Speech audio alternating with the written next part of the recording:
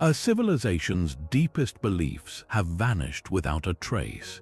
We are searching for 30 lost Etruscan shrines, sacred gateways to the underworld that disappeared from history. Their mysterious absence is one of archaeology's most enduring puzzles. By the end of this, you will understand how finding just one of these places could completely rewrite the story of ancient Italy. Why would an entire network of temples be erased from the land, and what terrifying gods were worshipped there? What does it truly mean for a culture to disappear? The heart of this mystery beats with the disappearance of a single pivotal place, the sanctuary of Voltumna. Voltumna was not merely a god, he was the king of the Etruscan pantheon, a powerful chthonic deity ruling over both the sky above and the dark earth below. His shrine was more than a temple, it was the political and spiritual center of the entire Etruscan civilization. Think of it as their capital city, but for the soul. Near the modern Italian town of Orvieto, on a windswept plateau, this sacred ground once hosted the leaders of the 12 great Etruscan city-states. They would gather here not for petty squabbles, but to debate matters of war, peace, and divine will, all under the watchful eye of their supreme god. This was the glue that held their league of cities together. The complete vanishing of this federal sanctuary is not just the loss of a building, it is the loss of the very stage upon which Etruscan unity was performed. Without it, we are left staring at a fragmented map, wondering how these powerful, independent cities ever managed to speak with one voice. Its absence is a silent void where the central nervous system of a civilization used to be.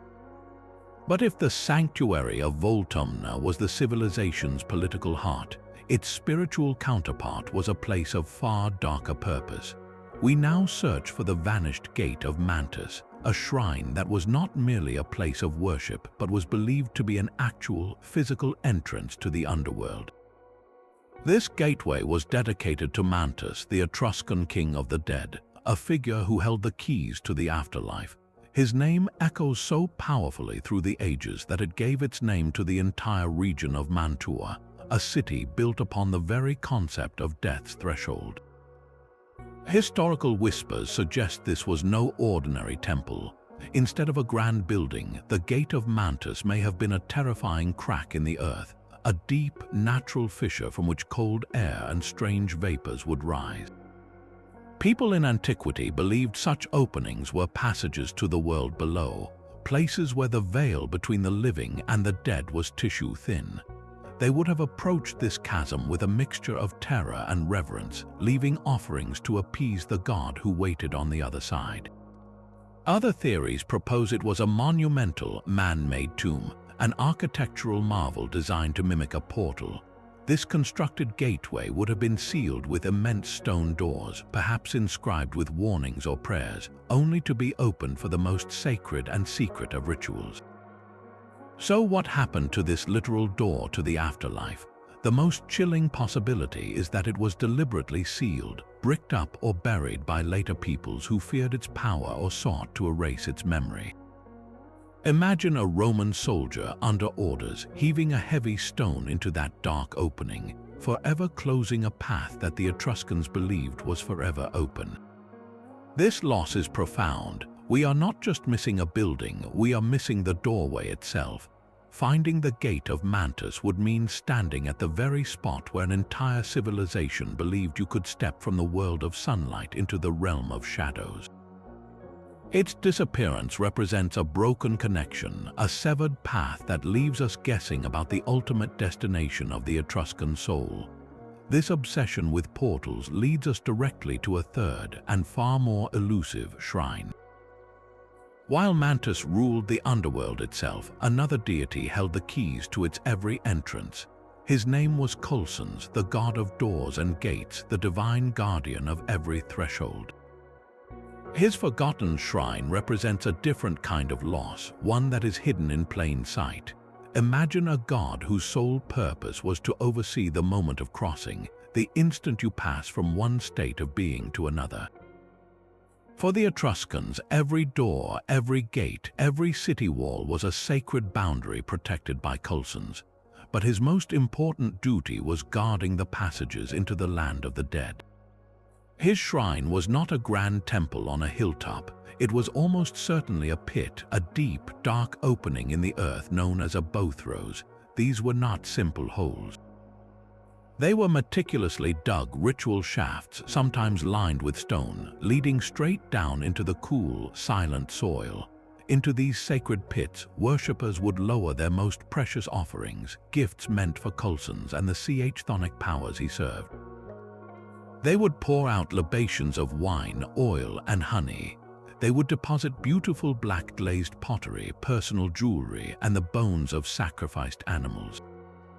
Each offering was a plea or a payment, ensuring the god would open the right doors and keep the dangerous ones firmly shut. And this is where the real archaeological nightmare begins. How do we find the lost shrine of Colsons when thousands of these votive pits litter the Etruscan landscape? Every Etruscan settlement, from the largest city to the smallest farmstead, had its own bothroy. So how can we tell the difference between a common household offering pit and the major federal shrine dedicated to the god of gates himself? The answer lies in scale, location, and the wealth of the offerings. A family pit might contain a few broken pots and animal bones. The official shrine of Colsons would be something else entirely. It would be a monumental construction, perhaps located at a crucial crossroads or at the sacred boundary of a city. The artifacts pulled from its depths would be staggering, a king's ransom in gold, bronze, and imported treasures, all thrown into the darkness to appease the master of transitions. Finding this specific pit would be like finding a single, specific key in a warehouse filled with millions of identical ones. But if we could find it, the reward would be immense. It would give us a profound understanding of Etruscan ritual logic. We could finally comprehend how they conceptualized the very act of crossing over, of moving from the profane to the sacred, from the world of the living to the realm of the dead. The Shrine of Colsons is the missing piece that explains the mechanism of their entire spiritual world. Yet this logic of the threshold and the guardian leads us to a figure far more active and personal than any gate. If Colsons was the lock, then Vanth was the key. She was the winged demon of the Etruscan afterlife, a powerful psychopomp whose sole duty was to guide the souls of the deceased from the world of the living directly into the realm of the dead. Her terrifying and beautiful image is everywhere in Etruscan art, painted on tomb walls and carved into sarcophagi. She is always in motion, her great dark wings spread, often carrying a torch to light the way and a key to unlock the final door. She is not a grim reaper, but a necessary, compassionate escort ensuring no soul is lost in its final journey. Her cult was widespread, her presence a constant comfort and a chilling reminder of mortality for every Etruscan. So where did they worship her? The frustrating answer is that we do not know where her major shrine was located. No grand temple complex has been definitively identified as belonging to Vanth. This is the central mystery of her worship. How could a figure so universally recognized and vital to their view of death have no obvious central place of devotion? The most compelling theory is that her shrines were not standalone temples at all, but were seamlessly integrated into the cities of the dead themselves. Her altars were not in the bustling forums of the living, but hidden within the silent, sprawling necropolises that lined the roads outside every Etruscan city. What archaeologists have classified for centuries as particularly elaborate, ornate tombs may in fact be the lost shrines of Vanth. Imagine a large, chambered tomb, its exterior looking like any other final resting place for a wealthy family. But inside, instead of a single sarcophagus, you find a central altar stone blackened by centuries of sacred fires. The walls are covered not with scenes of family lineage, but with repeated frescoes of the winged Vanth, her torch held high. Niches in the walls could have held votive offerings left by the living, small terracotta statues of the demon, or locks of hair from families praying for her gentle guidance for a recently departed loved one. These structures would have been places of active, ongoing worship, visited by priests and mourners not just for a single burial but for generations. They were functional portals where the living could commune with the divine guide herself, seeking her favor for the souls of their ancestors and for their own eventual passage. This means we might have already found her shrines. They could be sitting in plain sight, meticulously catalogued in museum archives simply as Tomb 27 or Burial Complex B. We may have been storing the altars of a goddess in warehouse boxes, misinterpreting her sacred spaces as merely fancy graves. The loss here is one of recognition. It is the failure to see a church for what it is because we are only looking at the cemetery that surrounds it. Finding the true shrine of Vanth would require us to re-examine every known Etruscan tomb with new eyes, searching not for treasure, but for the specific, repeated signs of a public cult dedicated to the winged guide who held the ultimate key. But the guide Vanth was not the only supernatural force waiting in the shadows. The Etruscan underworld was populated by beings far less benevolent. Among the most grotesque and feared was Tuchulcha, a demon whose very image was designed to inspire dread. In the famous tomb of the Orcus in Tarquinia, his monstrous form is preserved on the wall, a haunting visage with the sharp beak of a bird of prey, the long, coarse ears of a donkey, and hair made of writhing snakes. This was not a guide, but a tormentor, a being who likely presided over the punishment of the wicked. A shrine dedicated to such a horrific entity would have been a place of pure propitiation where people went not for comfort but to appease a cosmic monster. The rituals performed there would have been charged with a desperate energy, aimed at turning away his wrath or seeking his favor against enemies. We believe this terrifying shrine was located somewhere in the territory of the powerful city of Tarquinia, a place steeped in deep religious significance. Yet its precise location is one of the Etruscan world's most tightly held secrets. It would not have been a welcoming temple bathed in light. Imagine instead a dark, subterranean chamber, perhaps a natural cave or a man-made hypogeum dug deep into the tufa rock. The air would have been cold and still, heavy with the smell of damp earth and burnt offerings. The walls might have been painted with frightening murals of Tuchulcha himself, his snake hair seeming to move in the flickering torchlight. Worship here was a transaction of fear. People would have brought offerings not of gold, but of blood animal sacrifices meant to sate the demon's hunger. They might have chanted specific incantations, pleas for him to bypass their family, and instead visit his torments upon their rivals or their city's foes. Finding this place would be a monumental discovery, not for treasure, but for the chilling window it would provide into the Etruscan concept of divine justice and terror. It would force us to confront the darker, more brutal side of their spirituality, a side that understood the afterlife contained not just peaceful guides, but also monstrous jailers waiting in the dark. Walking deeper into the shadows of the Etruscan afterlife, we encounter a shrine that promised something truly extraordinary. It was a place where the desperate and the grieving could cross the ultimate boundary to speak directly with those who had passed on.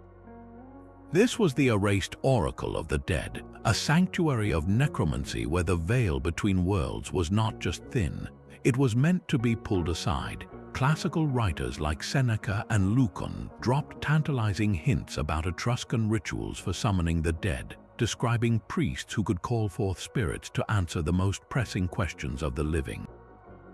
They spoke of dark ceremonies and whispered invocations, yet the physical heart of this practice, the actual oracle itself, has vanished so completely it might as well be a ghost. The most likely reason for its disappearance is also the most chilling. This was not a shrine that simply fell into ruin. It was a place of power, and power like that is often feared. The Romans, who absorbed so much of Etruscan religion, held a deep-seated terror of necromancy. To them, consulting the dead was not just superstition, It was a direct threat to the natural order, an act that could unravel the very fabric of the state.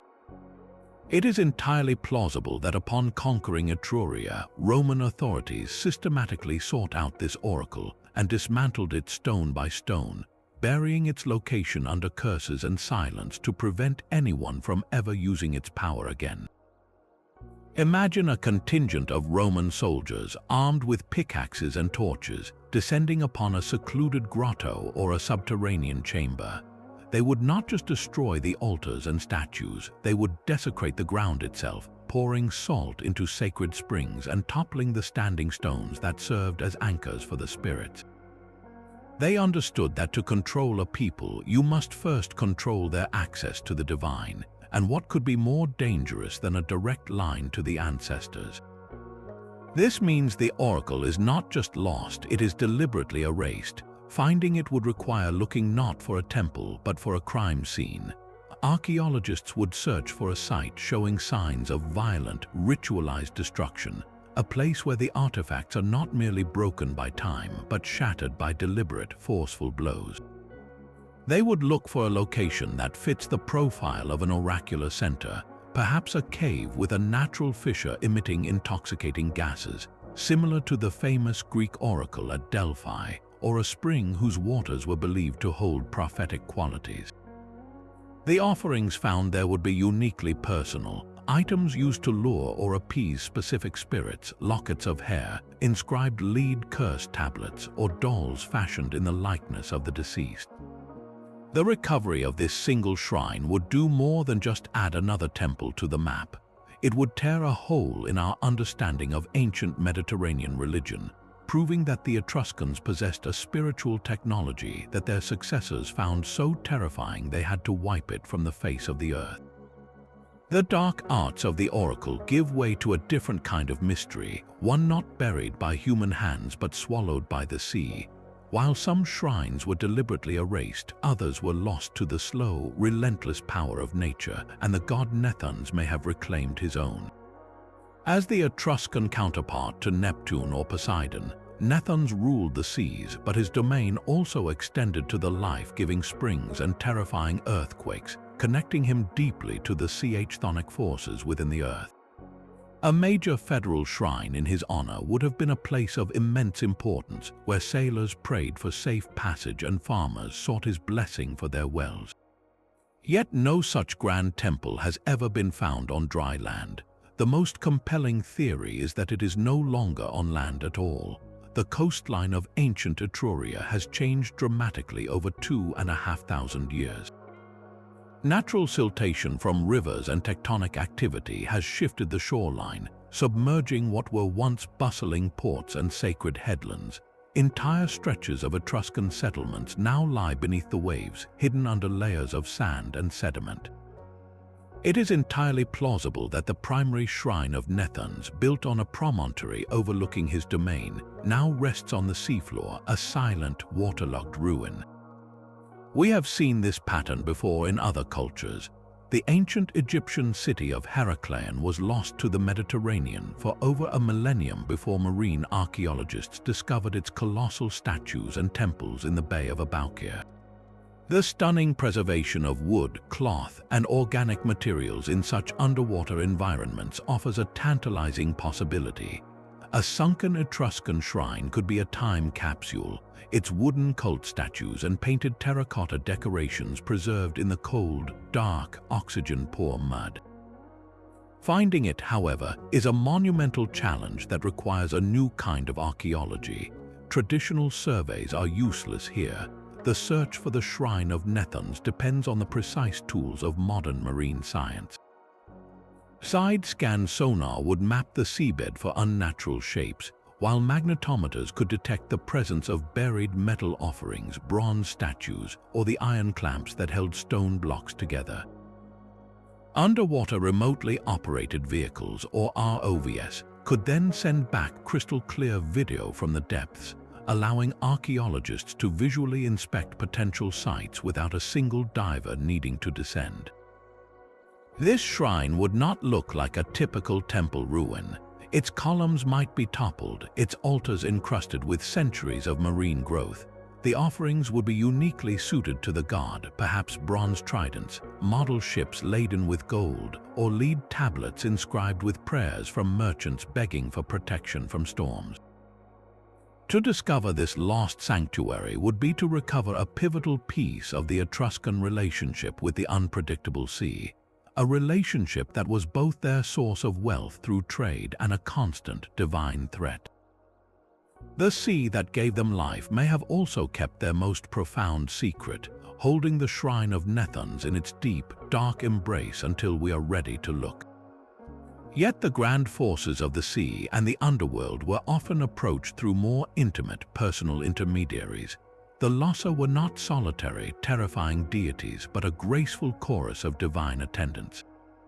We see them constantly in Etruscan art, especially on the backs of polished bronze mirrors where they flutter around the main gods and goddesses.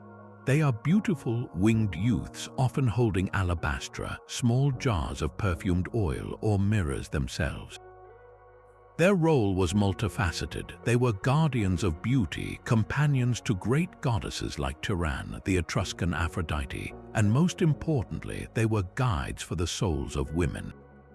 In tomb paintings, they are frequently shown accompanying deceased women into the afterlife, their presence a comforting, elegant promise that the journey would be made with grace. This connection to fate and the soul's passage suggests their worship was deeply personal and widespread, and here lies the central mystery of the Lossa. We have found countless small, personal shrines to them. In humble homes, archaeologists discover small altars or niches with terracotta statuettes of these winged figures, placed there by families seeking protection and guidance for their loved ones. But a major communal sanctuary, a grand temple where the Etruscan people gathered to honor the Lossa as a collective force, has vanished without a trace. The most likely explanation is as simple as it is tragic. It was plundered into oblivion. A large federal sanctuary dedicated to the Lossa would have been a treasure house. Think of the offerings left by generations of worshippers, especially by the wealthy Etruscan elite. The walls might have been hung with thin sheets of hammered gold inscribed with prayers. The altars would have been piled with exquisite bronze mirrors, their handles inlaid with ivory, their reflective surfaces polished to a brilliant shine. There would have been jewelry of amber and silver, and thousands of small, precious perfume bottles, the very items the Lossa were depicted carrying. This was not just a spiritual center, it was a vault of immense material wealth. When the Etruscan civilization declined, this sanctuary would have been a prime target. It may have been systematically looted by invading Roman soldiers who saw its artifacts as mere plunder, melted down for bullion or sold off as luxury goods. Later, medieval peasants quarrying for building materials could have completely dismantled its stone foundations, unknowingly scattering the last physical remnants of the temple to the winds. The loss is profound because it is a loss of community. We can understand the private devotion of a single family from a small figurine, but we cannot hear the collective prayers of an entire civilization. The silence where that grand sanctuary once stood means we have lost the shared ritual, the public celebration of beauty and fate that bound the Etruscans together in life, even as the Lossa guided them in death. Finding even one foundation stone of this plundered sanctuary would tell us that the Etruscans saw beauty not just as a personal comfort, but as a public, divine force worthy of their grandest architecture. A sacred forest dedicated to the king of the underworld himself is perhaps the most elusive shrine of all.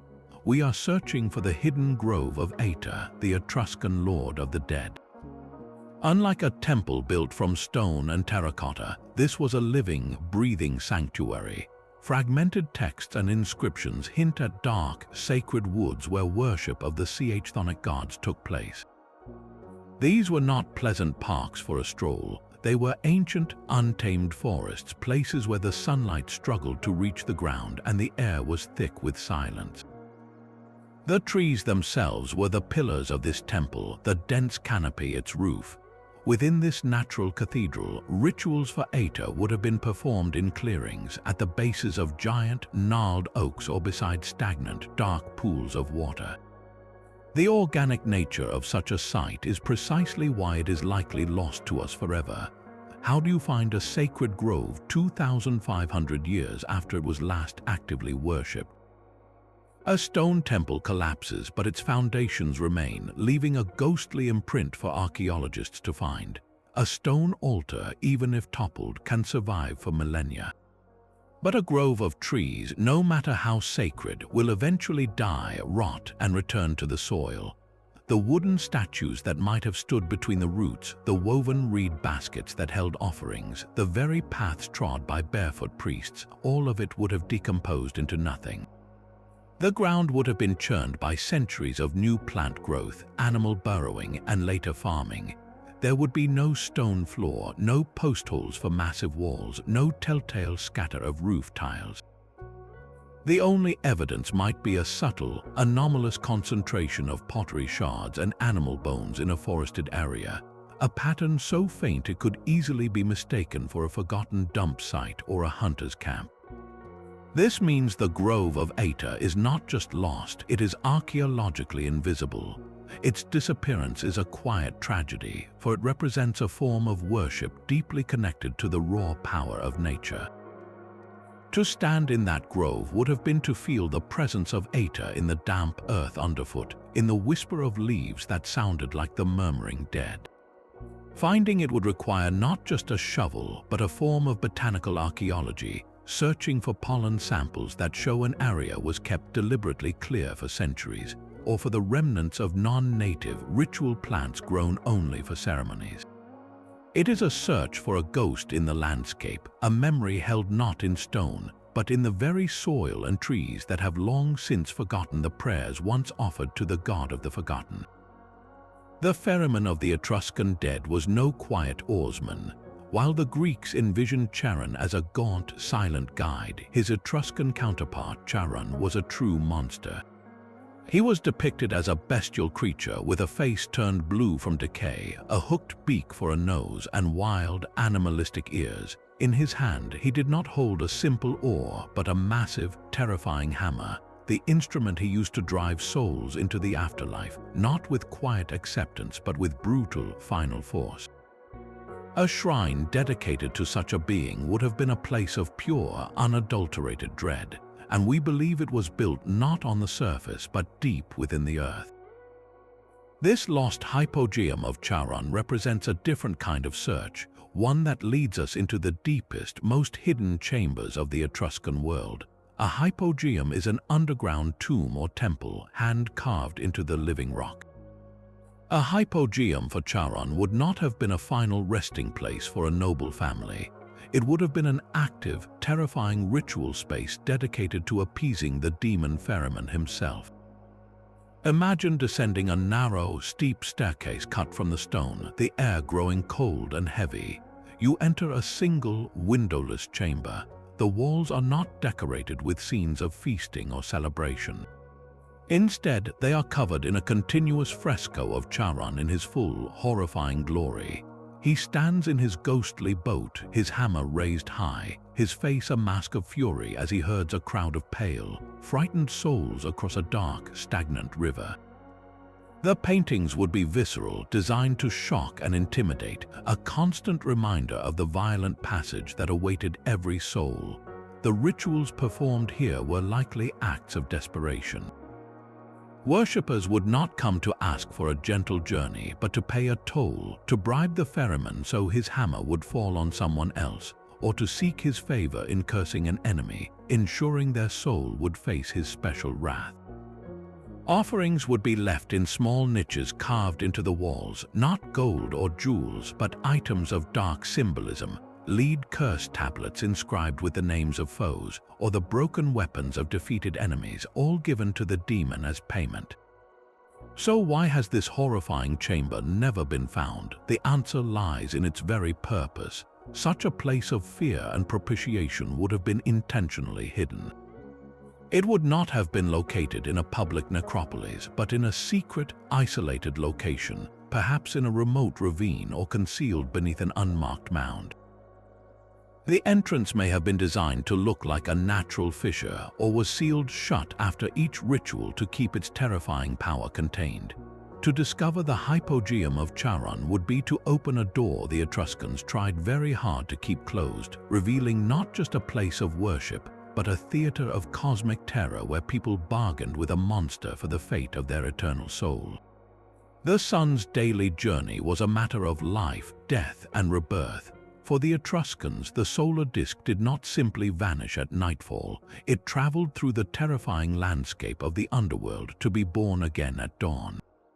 This perilous voyage was overseen by two deities whose powers were deeply intertwined, the goddess Catha and the god Usul. Catha was a figure of profound duality, a solar goddess who also held dominion over the realm of the dead. Usul was the brilliant, masculine personification of the sun itself, often shown rising from the ocean with rays of light bursting from his shoulders. They were two halves of a single celestial cycle. It stands to reason that their worship was similarly linked. The search for their lost shrines is not for two separate temples, but for a single, joint cult center where their complementary natures were celebrated as one unified mystery. The most compelling theory is that they shared twin sanctuaries, two structures built in close proximity, perhaps on opposite sides of a sacred way or connected by a ritual path. One shrine dedicated to Usul would have been a place of light and celebration, oriented to catch the first rays of the morning sun. The other, belonging to Catha, would have been a darker, chthonic space, focused on her role as a guide for the sun through the underworld and as a protector of the dead. Their rituals would have mirrored this balance. At dawn, priests might have processed from Catha's dark sanctuary to Usul's bright one, symbolically re-enacting the sun's rebirth. Offerings to Usul could have been golden objects, roosters whose crow heralded the day, or models of the sun chariot. Offerings to Catha would have been profoundly different, mirrors to reflect the hidden sun, lamps to light the way through darkness, or personal items belonging to the deceased, asking for her protection during the sun's dangerous nocturnal passage. So why have these paired sanctuaries never been identified? The answer may lie in a deliberate and systematic decommissioning. When the Romans absorbed Etruria, they also adopted and adapted many of its gods. Usul was seamlessly merged with their own sun god, Sol. But Catha, with her deep, untamable connections to the underworld, did not fit neatly into the Roman pantheon. Her cult was likely seen as too foreign, too powerful, and too dangerously tied to the old Etruscan ways. A joint cult center celebrating the sun's journey through the Etruscan afterlife would have been a direct challenge to Roman religious authority. It is plausible that Roman authorities did not just abandon this site, they ritually closed it. They might have dismantled the altars, scattered the sacred stones, and deliberately buried the foundations under new construction, all to break the spiritual link between the two deities and prevent the Etruscan solar cycle from continuing its eternal revolution. Finding this twin sanctuary would require archaeologists to look for a very specific pattern: two adjacent religious structures with opposing orientations and wildly different artifact assemblages. One would yield bright, solar-themed offerings, the other dark, chthonic goods. Evidence of a ceremonial pathway between them would be the final, confirming clue. To discover this site would be to find the clockwork of the Etruscan cosmos, the sacred engine room where they believed the sun was reborn every single day from the heart of darkness itself. Beyond the famous demons and solar deities lay a deeper layer of the underworld, a hidden pantheon of veiled gods whose very names have been scraped from history. We are searching for the lost triad, three mysterious deities known only by the faintest of echoes. Their identities are a puzzle that cannot be solved by digging alone. It requires the meticulous work of scholarly detectives piecing together a ghostly picture from scattered clues. Imagine an archaeologist hunched over a fragment of a broken pottery shard, squinting at a few faded Etruscan letters. Another scholar in a museum basement compares a cryptic tomb inscription to a peculiar symbol on a bronze statuette. This is not dramatic fieldwork, it is a painstaking intellectual reconstruction. The names of these three gods, perhaps something like Nethuns or Maris or Thana, survive only in partial inscriptions, often just a single character. Their attributes are deduced from the context of the tombs where these inscriptions are found and from the types of offerings buried nearby. One might be linked to the moment of death itself, a deity of the final breath. Another could be a guardian of ancestral memory, ensuring the dead were not forgotten. A third might have presided over the decaying body, a necessary but grim part of the soul's transition. Their obscurity was their doom. Unlike the federal sanctuaries of Voltumna or the terrifying oracle, the shrines of this veiled triad were almost certainly small, humble, and deeply local. They were the spiritual property of a single village, a specific clan, or even a particular family lineage. A shrine might have been little more than a niche in a rock face near a spring, a small stone altar at a crossroads, or a sacred corner within a private home. These were not monuments built to impress, but intimate spaces for personal, daily devotion. This localized nature made them incredibly vulnerable. When Roman culture and religion began to wash over Etruria, these minor gods were the first to be swept away. They had no powerful priesthood to defend their cults, no grand temples that could be repurposed.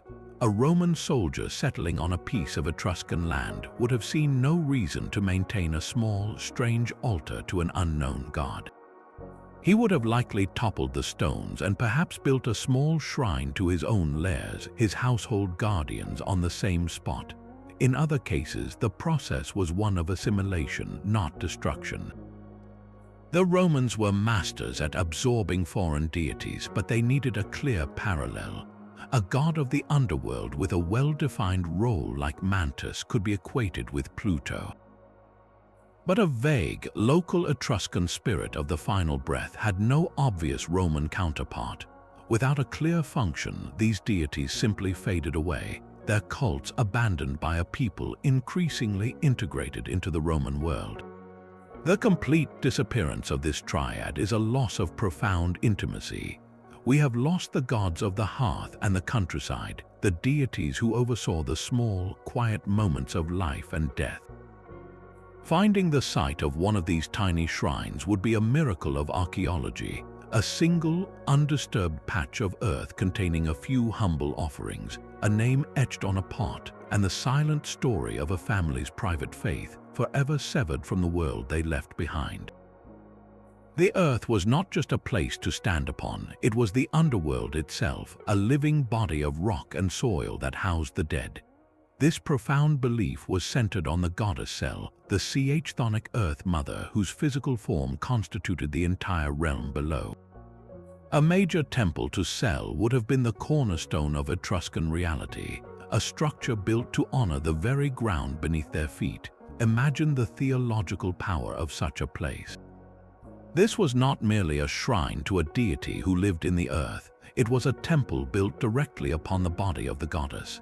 Its rituals would have acknowledged that every stone, every patch of soil was part of her divine flesh. The architecture itself would have reflected this deep connection. The temple likely featured a gaping bothros, a sacred pit at its center, leading straight down into the raw earth. This was not just a symbolic hole, it was a direct conduit to the goddess, a place where offerings of wine, grain, and the first fruits of the harvest could be poured directly into her substance as a form of communion. The walls may have been painted with vast murals of the fertile earth, intertwining roots and sprouting seeds, depicting Sel as both a giver of life and a receiver of the dead.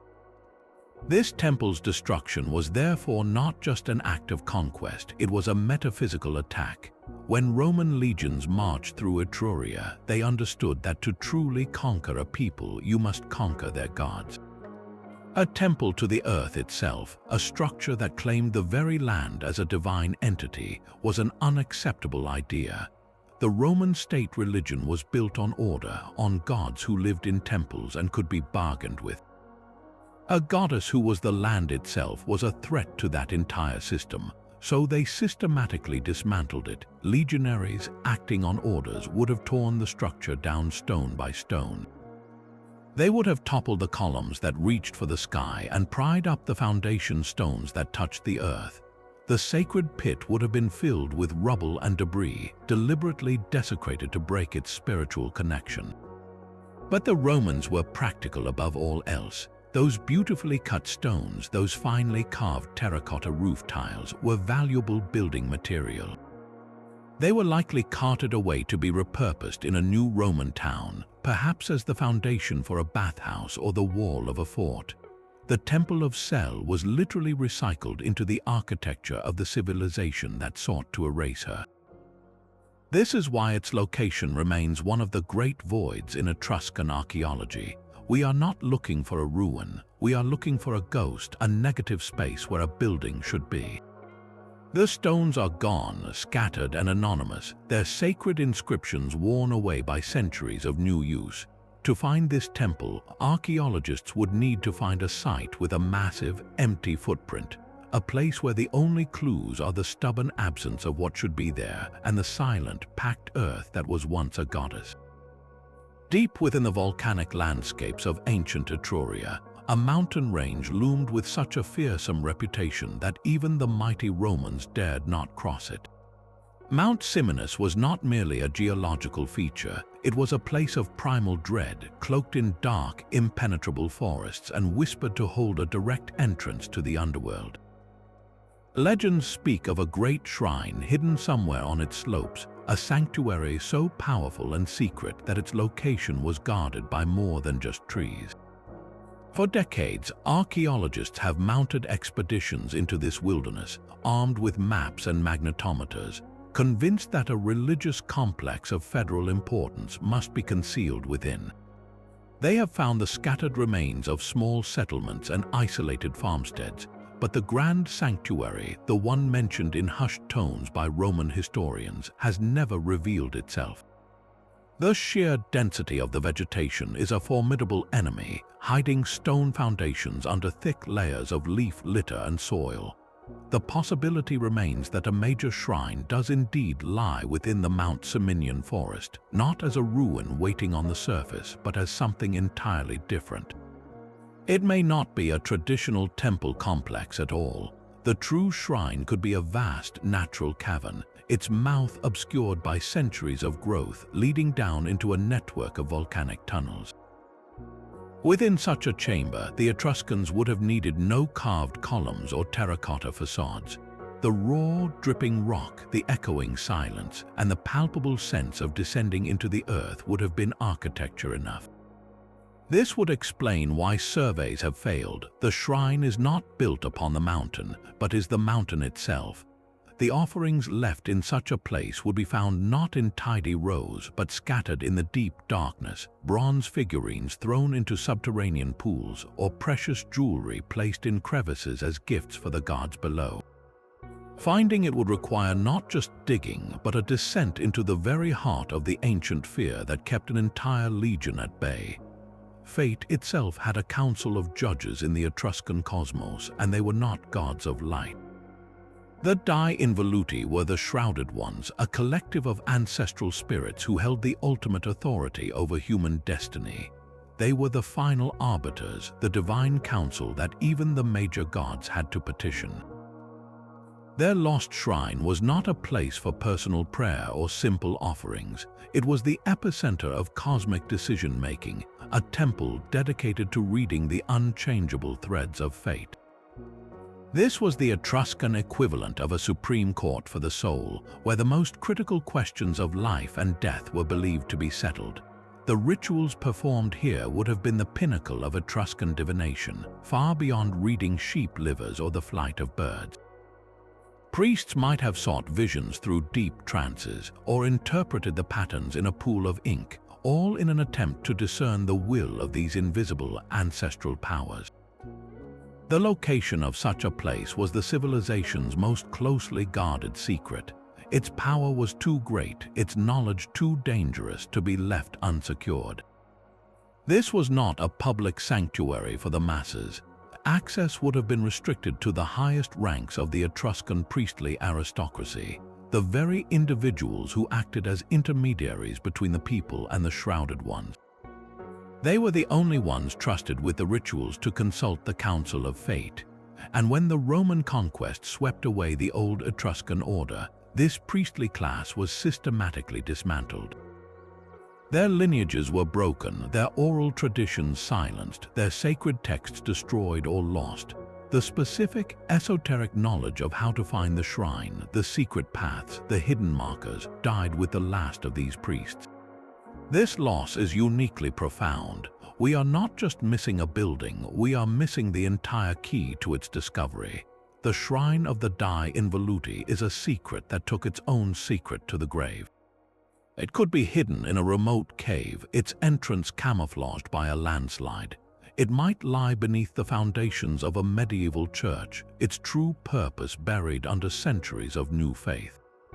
Or it could be in the most obvious place of all, a site we have already excavated but completely misunderstood, because we no longer possess the ritual context to recognize what we are seeing.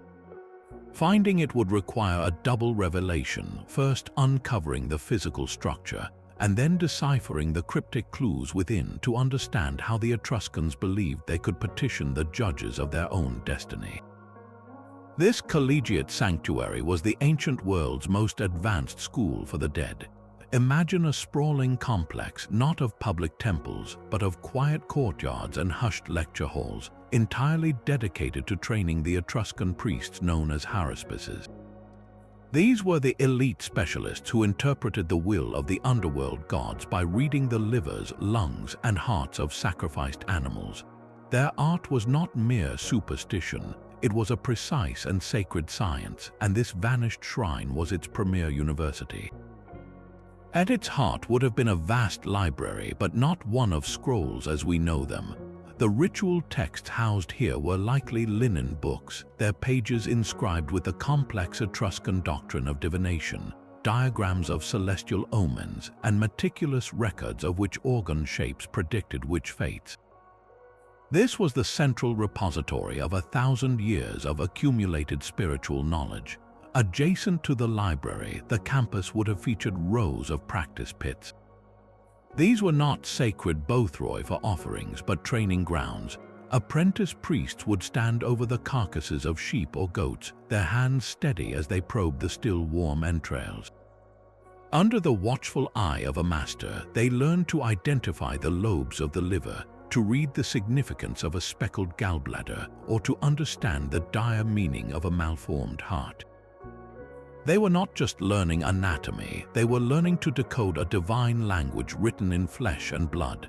Dormitories would have housed these students for years, their lives a rigorous cycle of ritual purification, memorization, and practical application. The destruction of this collegiate sanctuary was not just the burning of a building, it was a cognitive apocalypse. When this center was lost, whether by Roman conquest or deliberate dismantling, it severed the chain of oral and practical tradition that had been passed down for generations. The master priests were scattered or killed, the unique linen books rotted away or were burned, and the precise, nuanced art of Etruscan divination became a forgotten language.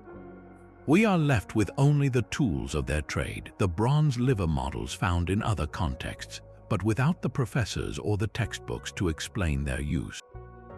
The loss of this single institution meant the death of a complete system of thought, leaving us to wonder how deep their understanding of the underworld truly went. A ruler's final resting place was never truly silent in the Etruscan world. We are now searching for a specific, monumental tomb, one that archaeologists have likely already found but fundamentally misunderstood. This is the misidentified tomb of the priest king, a burial so grand it transcended its function as a grave and became a living shrine. In Etruria, the line between a tomb and a temple was often blurred. Ancestors were not distant memories, they were active spiritual forces, intermediaries who could petition the gods of the underworld on behalf of the living. A powerful ruler who also held the highest priestly office would have been seen as having a direct line to deities like Mantus and Ater even after his death. His tomb, therefore, was not a sealed-in point. It became a sacred destination, a place where the living could come to seek the intercession of this powerful, deified ancestor.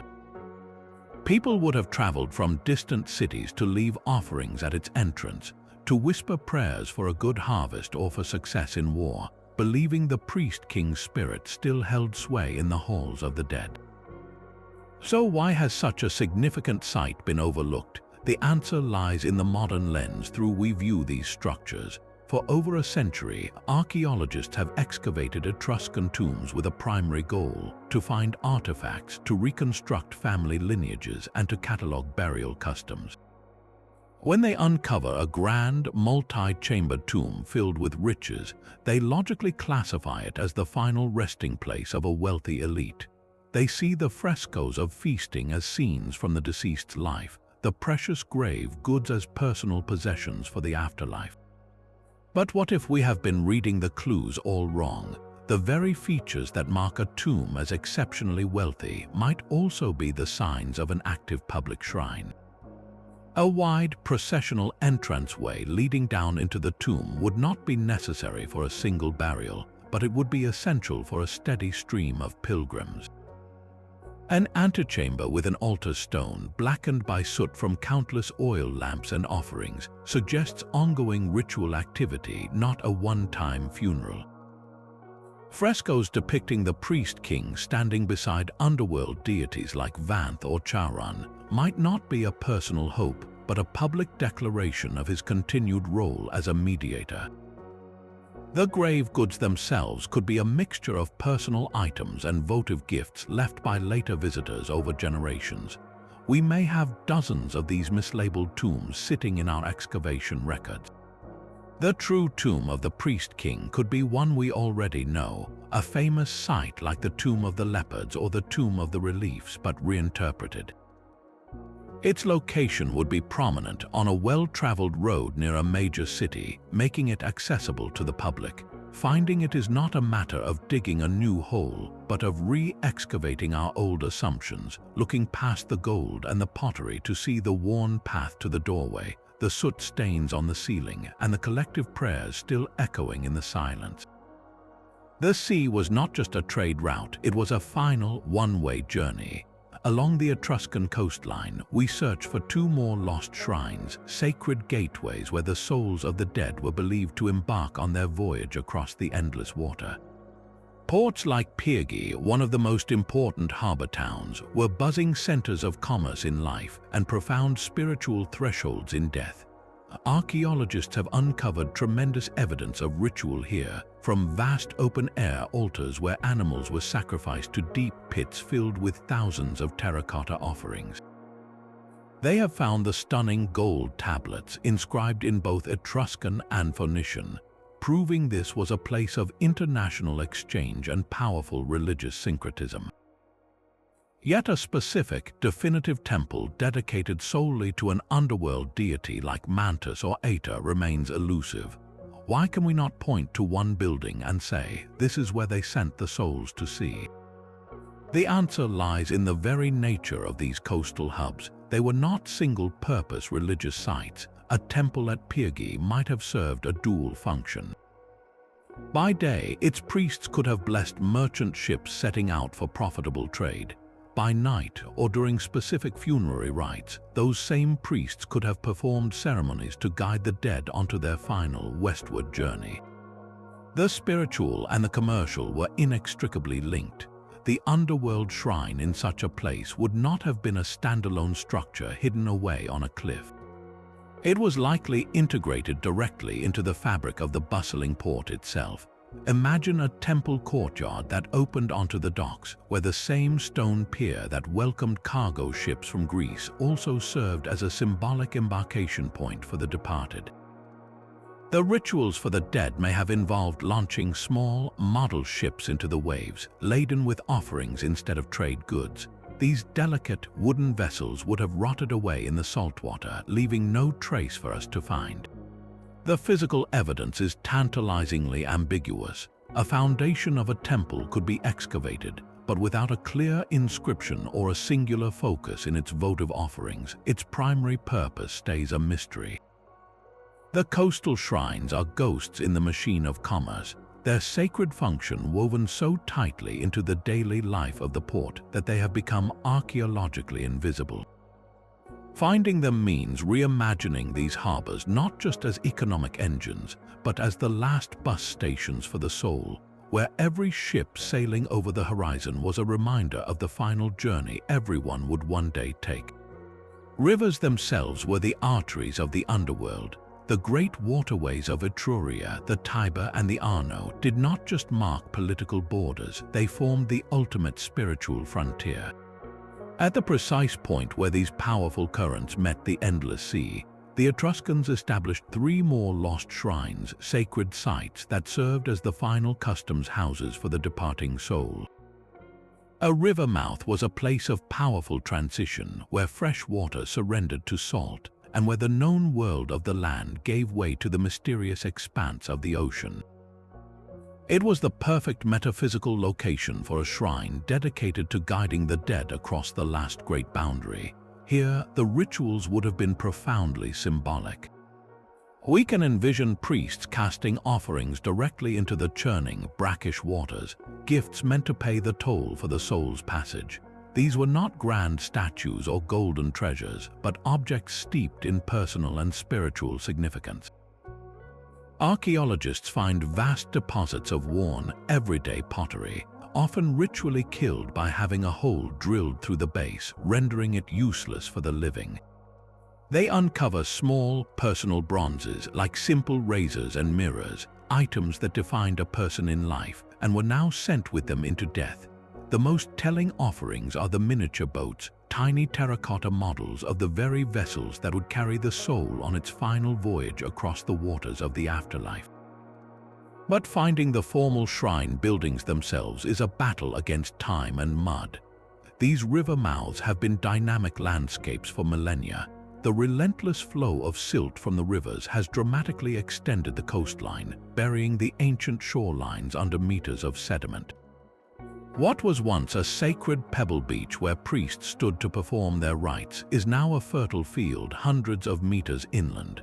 Human activity has compounded this natural change. Centuries of dredging to maintain shipping channels, the construction of modern ports, and relentless riverside development have churned up the ancient ground, scattering the delicate archaeological evidence. The result is a frustrating pattern for researchers. They discover rich concentrations of these votive offerings, clear evidence of a sacred zone, but the offerings are scattered and displaced, torn from their original context by the shifting earth and the progress of industry. It is like finding a spilled treasure chest without the chest itself. We know the wealth was here, we can hold the individual coins in our hands, but the structure that contained them, the shrine that gave them meaning, is gone. This means the river mouth shrines are perhaps the most ephemeral of all. Their physical footprints have been utterly erased by the very forces they were built to honor, the relentless flow of water and the endless accumulation of earth. To find one would require not just luck but a deep understanding of ancient hydrology to predict where that sacred threshold truly lay before the rivers themselves decided to redraw the map. The most precise map of the Etruscan afterlife was not drawn on parchment but cast in bronze. Near the modern town of Piacenza, a farmer's plow struck something metallic and strange, unearthing a life-sized model of a sheep's liver. This was not a medical teaching tool but a sacred instrument, a mirror to the heavens and the world below. The entire surface of the bronze liver is divided into 44 tiny compartments, each one inscribed with the name of an Etruscan god. This intricate grid is a perfect replica of the sky as the Etruscans saw it, a celestial map that their priests, the haruspices, would use to interpret the will of the gods by comparing it to the actual liver of a sacrificed animal. The regions on this bronze model correspond to the domains of different deities, and crucially, one entire section is devoted to the gods of the underworld. It is a literal handheld guide to the entire cosmos, from the highest heavens to the deepest chthonic realms. Yet this incredible object was found utterly alone, a masterpiece without its museum. The artifact's discovery in a field far from any major ruins is the heart of the mystery. A tool of this sophistication and religious importance was not some personal trinket. It was the centerpiece of a major shrine, a university of divination where apprentice priests were trained in the most complex art of their time. This was the Etruscan equivalent of finding a surgeon's textbook in an empty lot, while the world-class hospital it belonged to has vanished without a trace. The lost temple of the bronze liver would have been a center of intense, focused learning. Think of a quiet, torch-lit hall where senior haruspices presided over their students. They would have used this very bronze model, its surface worn smooth by countless anxious fingers, to teach the sacred geography of the divine. A freshly sacrificed animal would be opened, and the students would huddle around, comparing the lobes and markings of the real, warm organ to the perfect, inscribed compartments on the bronze replica. A spot on the actual liver matching the sector of the sun god Usul meant one kind of omen, while a blemish in the area belonging to Mantus, king of the dead, signaled a completely different and far more dire message from the underworld. The loss of this temple is a loss of context. We hold the key, the bronze liver itself, but we have lost the lock it was meant to open. We can see the map, but we don't know the landscape of the school that taught its use. Was it a standalone college, or was it attached to a larger sanctuary like the Federal Center of Voltumna? Did it have libraries of linen books explaining the finer points of each divine compartment? Were there dormitories and practice yards where students spent years mastering this dark science? The fact that such a vital hub of religious and intellectual life has left no identifiable architectural trace suggests a terrifying possibility. Perhaps it was not merely abandoned, but its very memory was systematically purged. The knowledge contained within was so powerful, so central to the Etruscan identity, that its eradication was a primary goal for those who sought to replace their entire world. To find this shrine would be to find the classroom where the Etruscans learned to read the messages from their gods, a place where the boundary between the living world and the divine will was dissected, one liver at a time. The underworld had its own king and queen, a divine couple who ruled the shadows side by side. Ater was the Etruscan lord of the dead, and his consort was the formidable goddess Persephone. Theirs was not a myth of seasonal abduction like the Greek story of Hades and Persephone, but a permanent, stable partnership governing the realm below. A lost shrine dedicated to this powerful pair would have been one of the most significant chthonic sites in all of Etruria, a place where their joint authority over life and death was honored. And the most logical location for such a shrine was not a man-made temple, but a natural cave. To the Etruscan mind, a cave was a ready-made portal. Its dark, gaping mouth led deep into the cool, silent earth, directly into the domain of Ater and Persephone. The very air within would have been considered the breath of the underworld itself. We know the Etruscans used caves for worship. The Grotta del Colle in modern-day March is one known example, a cavern where offerings to chthonic deities have been found. But the premier grotto, the most important federal sanctuary for the divine couple, has never been identified. This is not for a lack of searching. The rolling landscapes of ancient Etruria are dotted with countless caves, yet none have yielded the definitive proof, the inscriptions or the sheer volume of specific offerings that would mark it as the primary cult center for Ater and Persephone. The most compelling reason for its elusiveness is that it was meant to be hidden. This grotto may have been more than a public temple. It could have been a secret initiation site for the highest ranks of Etruscan society. Within its echoing chambers, shielded from the outside world, profound mysteries may have been revealed to a select few. The rituals performed here would have been intensely personal and transformative, perhaps symbolizing a descent into the underworld and a symbolic rebirth. The offerings would be different from those at a public temple, less about gold and more about personal devotion.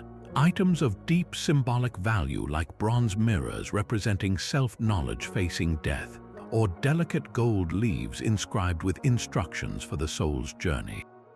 The grotto's entrance might have been naturally concealed, or its location so closely guarded that only the initiated knew the path.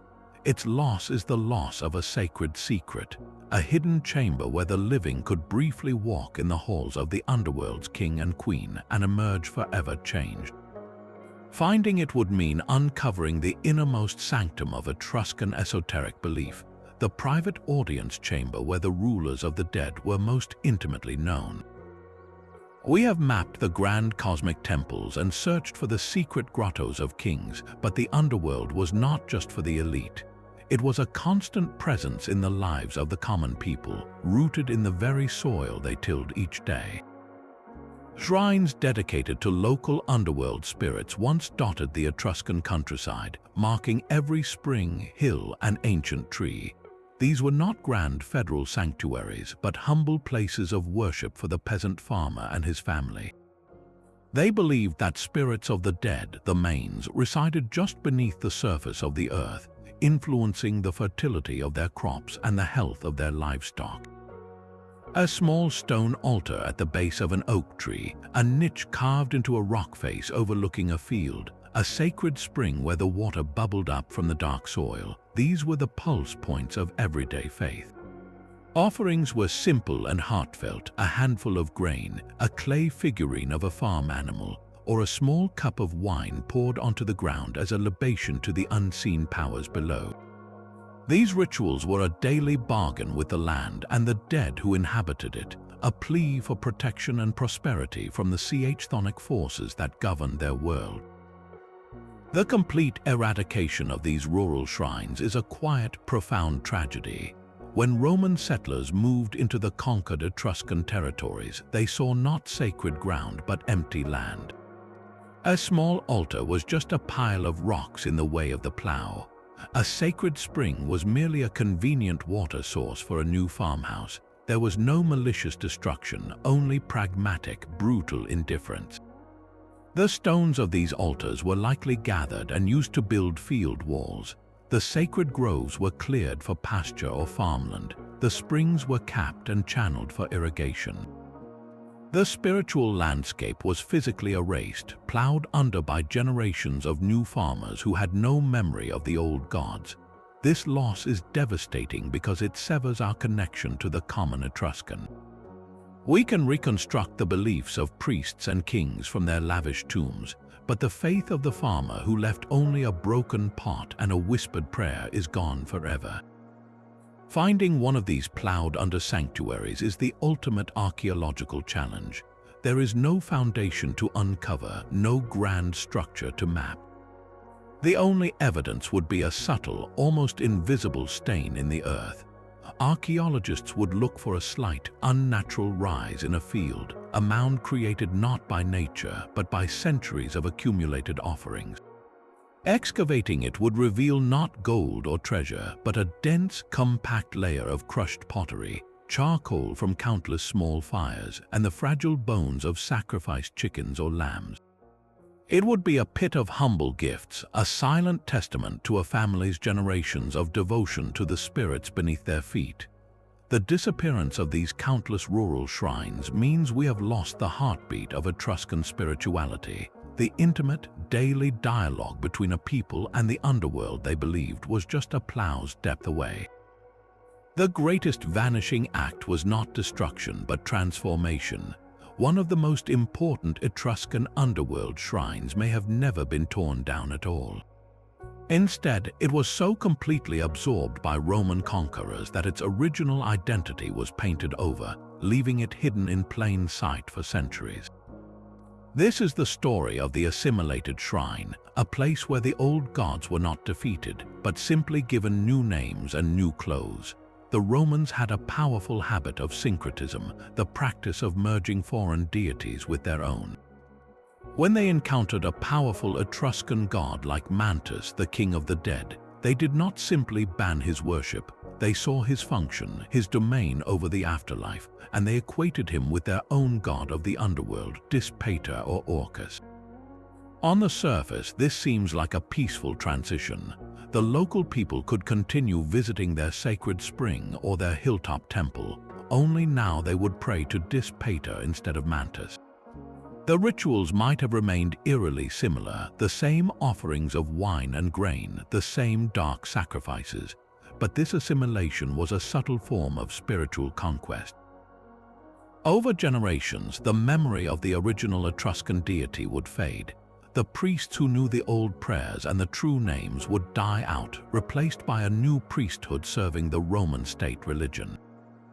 The inscriptions on the temple walls would be recarved, the old Etruscan letters chiseled away and replaced with Latin. The very statues of the gods would be remade, the features of Mantis slowly altered to resemble the more familiar face of Pluto or Dispater. The shrine itself, the physical location, would remain, but its soul, its original Etruscan purpose, would be systematically erased. This means that a major federal sanctuary could be sitting right under our noses. We may have already excavated a Roman temple to Dispater, catalogued its artifacts and studied its architecture, never realizing that we were standing on the foundation of a far older, far more significant Etruscan holy site. The clues to its true past would be faint, almost ghostly. An archaeologist might find a foundational deposit, a collection of objects buried beneath the main altar when the temple was first built. In that deposit, amidst the Roman pottery, could be a single, beautifully carved Etruscan bronze statue of a demon, placed there centuries before the Romans arrived. Or they might discover that the temple's orientation, the direction its main door faces, aligns not with Roman ritual practice, but with the ancient Etruscan system of cosmology, pointing toward a sacred mountain or a cleft in the earth that held significance only for the original builders. The offerings found in the sacred pits around the temple would tell a mixed story. Later layers would contain standard Roman votives, but deep down at the very bottom would lie the true treasures: Etruscan inscribed mirrors, black glazed pottery with chthonic symbols, and curse tablets written in a language the Roman priests no longer understood. Finding this assimilated shrine is the ultimate test of archaeological interpretation. It requires us to look past the obvious Roman facade and listen for the faint Etruscan whisper trapped in the stone. It means recognizing that sometimes a thing is not lost because it is gone, but because it has been forced to wear a mask for so long that we have forgotten its true face. Perhaps the final shrine is an empty space, a question mark carved into history itself. After a long search for temples swallowed by the sea and groves reclaimed by the forest, we must confront the most unsettling possibility of all. What if some of these 30 lost shrines were never physical places to begin with? The Etruscans possessed a spiritual worldview fundamentally different from our own. For them, the divine was not always housed in stone and mortar. A shrine could be a moment in time, not a location on a map. Consider the concept of a temporary ritual ground. The Etruscans were known for their precise and elaborate ceremonies to mark the founding of a city or to interpret the will of the gods. These events required a sacred space, a templum. But this templum was not a building. It was a consecrated area defined by a priest drawing lines in the sky with his staff and then projecting those lines down upon the earth. This created a temporary, invisible grid of sacred power, a holy precinct that existed only for the duration of the ritual. Once the ceremony was over, the space returned to being ordinary ground. How do you archaeologically find a line drawn in the air 2,500 years ago? You cannot. Its existence was as real as a spoken prayer and just as ephemeral. Another profound idea is that of the conceptual shrine. The Etruscan afterlife was a landscape of the mind, a detailed geography of rivers, gates, and palaces that existed in a metaphysical realm. It is entirely possible that major shrines to deities like Vanth or Charon were not physical buildings, but were instead recreated through powerful ritual drama. A ceremony might have involved a procession that moved from one point to another, symbolically walking the path of the dead. The shrine was the entire ritual performance itself, a sacred story enacted by the community. The props were real, the participants were real, but the temple was the story they were telling. When the last participant died, the shrine effectively vanished, leaving behind no trace except for perhaps a few scattered artifacts that we would never connect to a specific structure. Then there is the problem of misinterpretation. Later Greek and Roman historians, upon whom we rely so heavily, often tried to fit Etruscan beliefs into their own familiar boxes. They heard tales of a fearsome gateway to the underworld and immediately thought of a physical, monumental gate like their own.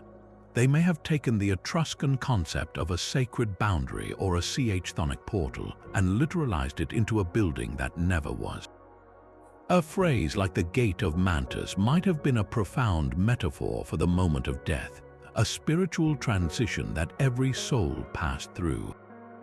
But a Roman writer, accustomed to grand architecture, would have assumed it was a giant stone door somewhere in the countryside. We might have been searching for a metaphor, chasing the shadow of a poet's turn of phrase across 2 millennia. This final mystery forces us to ask, what are we truly looking for? Are we searching for ruins, or are we searching for a lost state of mind? The ultimate disappearance of these 30 shrines may not be a tragedy of destruction, but a fundamental difference in how the Etruscans experienced the sacred. Their most important holy places may have been designed to leave no trace, to exist fully in the realm of action, belief, and memory. Finding them would require not a shovel, but a key to a different way of seeing the world, one where a temple could be a song, a prayer, or a path walked only once. The ultimate map to this underworld was written in books that no longer exist. These were the Etruscan library Acrontici, the books of the dead, and their loss is the single greatest reason we are still searching in the dark. Imagine a complete theological manual detailing the precise location of every sacred grove, the exact ritual to open the Gate of Mantus, and the secret prayers to appease Charon. These linen scrolls were not just holy texts, they were the practical, working documents of the Etruscan priesthood, a step-by-step guide to navigating the realm of the dead. They held the coordinates for all 30 shrines, written in a language and a context we can no longer fully grasp. The systematic Roman suppression of these books was a deliberate act of cultural annihilation. When the Roman state absorbed Etruria, they recognized that true conquest required controlling the narrative of life and death itself. The knowledge within the library Acrontici was a direct threat to their own religious authority.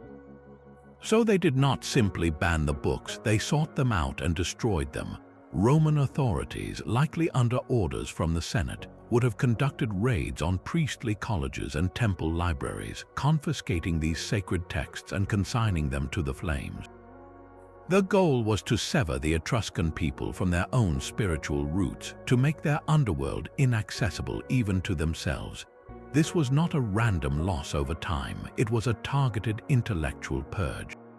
The few fragments that survived, perhaps hidden in a sealed jar or passed down in secret, eventually crumbled to dust or were lost to war and decay. The potential discovery of even a single page from the library Acrontici would be the master key to unlocking this entire mystery. It would be like finding the user's manual for a machine we have only ever seen broken pieces of. A single line of text could point us to the exact hillside where the grove of Aeta stood, or describe the unique offering required at the hypogeum of Charon. It could finally allow us to distinguish a common votive pit from the true federal shrine of Colsons. The books are the missing link, the source code for the Etruscan afterlife. Their absence means we are trying to reassemble a vast and complex puzzle with 90% of the pieces missing, forever guessing at the grand design from a handful of scattered, beautiful fragments. A new kind of hunt is now underway, one that peers through soil and forest canopy to search for ghosts in the landscape. The traditional tools of the archaeologist, the trowel and the brush, are being joined by a silent army of electronic eyes. LIDAR, which stands for light detection and ranging, is at the forefront of this revolution. Mounted on aircraft, it fires millions of laser pulses at the ground, digitally stripping away dense vegetation to create a precise, three-dimensional map of the Earth's surface. In the thickly wooded slopes of Mount Simonus, where the legendary shrine to the underworld gods is thought to lie hidden, LIDAR has already revealed the ghostly outlines of ancient terraces and roadways, man-made features completely invisible to the naked eye beneath the forest.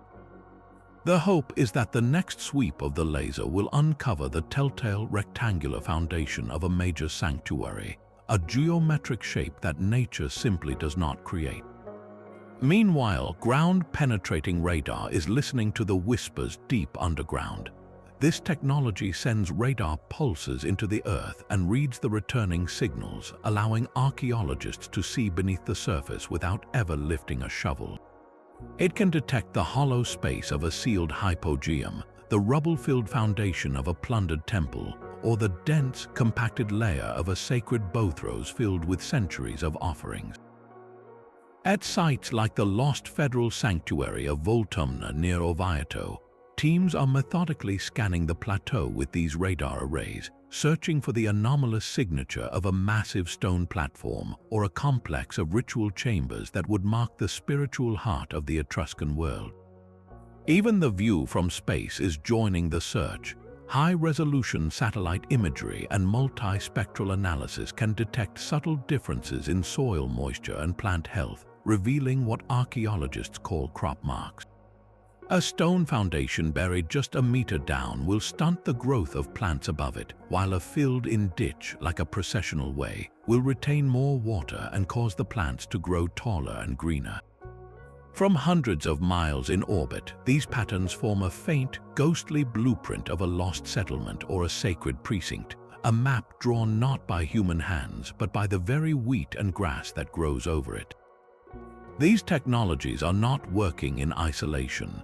In a project focused on the ancient territory of Caere, one of the most powerful Etruscan city-states, researchers are combining all three methods. They use satellite data to identify promising areas, LIDAR to clear away the visual noise of the forest, and then ground-penetrating radar to probe the most promising anomalies. This methodical triage approach is turning the search from a hopeful gamble into a targeted investigation. What are they hoping to find? The signature of a shrine could be as clear as the circular foundation of a Tholos tomb, or as subtle as a concentrated magnetic anomaly indicating a deep pit filled with thousands of metal votive offerings. The technology offers a renewed and very real hope. For centuries, archaeologists have known the general areas where these great shrines should be, but the land has kept its secrets. Now we have the tools to ask the Earth direct questions and to listen for the first time to its answers. The silent underworld of the Etruscans may finally be forced to give up its secrets, not by a lone scholar with a map, but by the quiet hum of machines seeing through stone and time. This relentless search for knowledge is often sabotaged by a more immediate and destructive force. The illegal antiquities trade fuels a silent war against history itself, where looters armed with shovels and metal detectors do more than just steal beautiful objects. They erase entire chapters of the past in their hunt for treasure. Imagine a looter breaking into an ancient tomb under the cover of night. His goal is not to understand, but to plunder. He carelessly smashes through layers of soil, each one representing a distinct period in time. He grabs a gleaming bronze statue and a handful of gold jewelry, tossing aside the broken pottery and charred animal bones that surrounded them. To him, these discarded items are worthless. To an archaeologist, they were the key to the entire story. That broken pottery was a specific type of offering vessel, its shape and decoration dating the ritual to a precise century. Those animal bones, analyzed by a specialist, could have revealed which species was sacrificed to which god. The statue's exact position in the ground, whether it was laid at the feet of a cult statue or buried in a dedicated pit, would have told us how it was used in worship. In a single night of frantic digging, this contextual tapestry is shredded beyond repair. The stratigraphy, the meticulous layer cake of history that archaeologists read like a book, is churned into meaningless rubble. Votive offerings are ripped from their ritual homes and scattered. A terracotta head of the demon Charon ends up in a private collection in another country, while the matching body fragment is sold to a different buyer on the other side of the world. The sacred site is left not just empty but incomprehensible. This is the true tragedy of looting. It doesn't just remove artifacts from the ground, it removes their meaning from the world. We could be standing on the ruins of the federal shrine to the Lhasa, but if looters have already churned the soil, we will never know. The golden mirrors and perfume bottles are gone, and with them, the proof that this was a place of communal, public worship rather than a wealthy family's private tomb. The scattered evidence can never be reassembled into a coherent picture. Every time a looted object appears on the market, it represents a puzzle piece violently torn from its board, its connecting edges forever lost to the darkness. Each one is a potential clue to a lost shrine, now rendered permanently silent. This relentless erasure has left a void in our understanding of humanity's spiritual journey. The disappearance of these 30 shrines is more than an archaeological puzzle. It is a profound cultural amnesia. Each lost sanctuary represents a chapter torn from the book of human belief, leaving us to guess at the entire story. Imagine the wealth of knowledge that vanished with them, a complete theological system detailing how an entire civilization conversed with the divine and prepared for the journey beyond death.